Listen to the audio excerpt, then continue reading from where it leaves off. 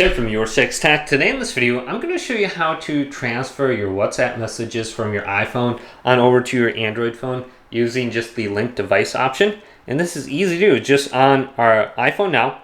What we want to do is go on over to settings, scroll on down, and here's the option. It's called link devices. Click this.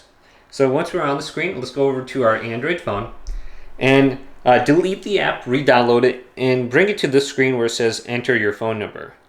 So when we do that now, we can go to the top right and go to link as companion app, and it's going to give us a QR code to scan.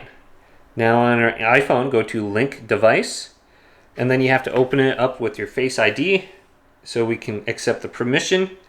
Now go over the top of it with this little camera option, and it should connect the QR code together. And once it's connected, our phones are going to be using one account for two different phones. So an iPhone to an Android phone.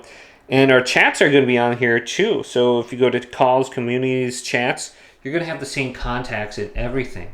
So you don't have to transfer everything over. You just have to link your devices and then you're good to go. And if you ever want to sign out, you can see under link devices on our iPhone right here, it says Android phone.